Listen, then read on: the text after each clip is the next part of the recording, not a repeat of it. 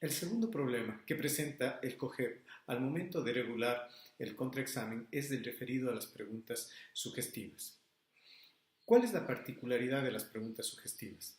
Estas preguntas son las que permiten diferenciar en un buen sistema acusatorio o dispositivo oral el interrogatorio del contrainterrogatorio. ¿Por qué? Porque un buen sistema adversarial sabe que una cosa es interrogar a un testigo o a un perito que está de mi lado versus al que está del otro lado. Quien haya hecho alguna vez un pliego de preguntas sabe que es distinto prepararlo para alguien que me es afín versus a alguien que le es afín al adversario. Entonces, ¿cuál es el punto central? El punto central es este testigo con quién está dispuesto a colaborar. ¿Por qué?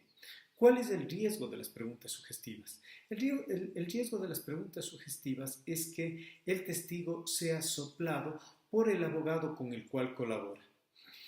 ¿Cuál es el concepto de preguntas sugestivas? Las preguntas sugestivas no son nada más que aquellas que introducen información no aportada por el testigo.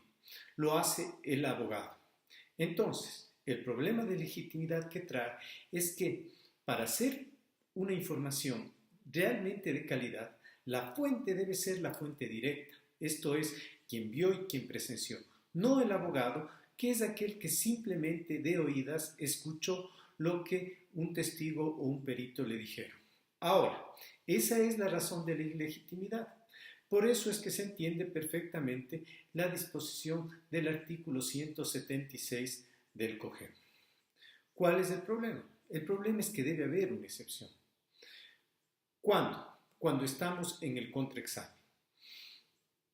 ¿Por qué debería haber una excepción? Porque entre este testigo y este abogado ya no hay una relación de cooperación. El testigo sabe perfectamente que cuando el abogado se para es para verle las costuras, es para sacar a relucir todas sus debilidades. En ese sentido, nunca va a aceptar ser, entre comillas, soplados por el abogado. Entonces no hay un riesgo para el debido proceso, no hay realmente la posibilidad de que esta colaboración dañe la calidad de información. Con esto debería ser suficiente para entender por qué deben estar permitidas las preguntas sugestivas en el contraexamen. Sin embargo, hay otra razón de fondo. La verdad es que un sistema procesal es una construcción histórico-cultural. ¿Qué quiero decir con esto? Que durante cientos de años se va perfeccionando con un ejercicio constante de ensayo, error, aprendizaje. Ahora, en nuestro caso nos estamos beneficiando de cientos y cientos de años de experiencia del mundo anglosajón. Por eso es que este sistema ya tiene su lógica. Y el tema central es que no hay cómo hacer una verdadera valoración de calidad, un test de fiabilidad de lo que dijo en el interrogatorio si no permitimos utilizar las preguntas en el contraexamen. Ahora, el artículo 177, numeral 7 del COGEP, abre algunas perspectivas interesantes. Recoge algunas excepciones. La primera, si es un tema netamente introductorio, pues no hay problema. ¿Por qué? Porque esa información no va a servir para resolver el caso. Si ya la ha dado el testigo, pues no es en estricto sentido sugestiva. Realmente lo que estoy es recopilando información que ya fue aportada por el testigo. Hasta aquí ningún problema.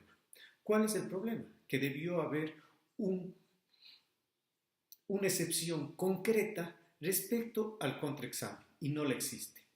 Es cierto que más adelante se dice que siempre que sea declarado como hostil por el juez.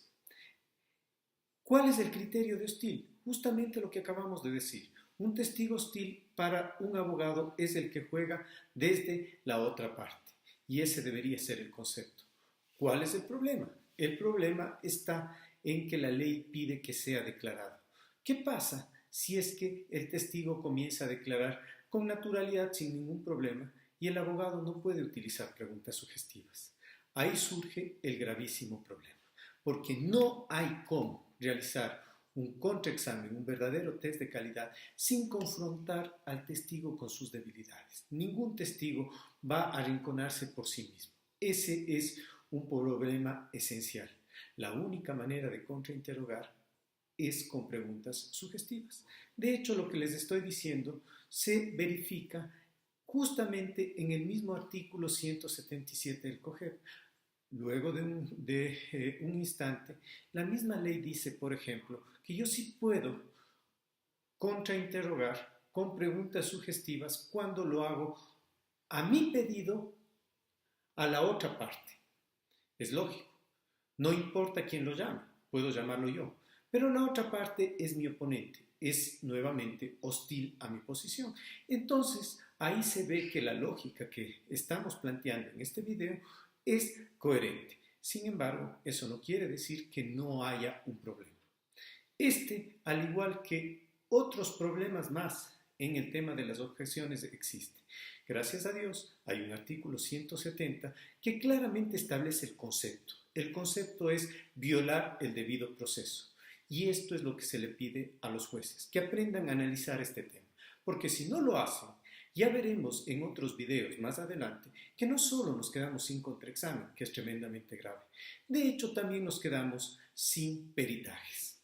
Pero eso es motivo de otro análisis. Muchísimas gracias.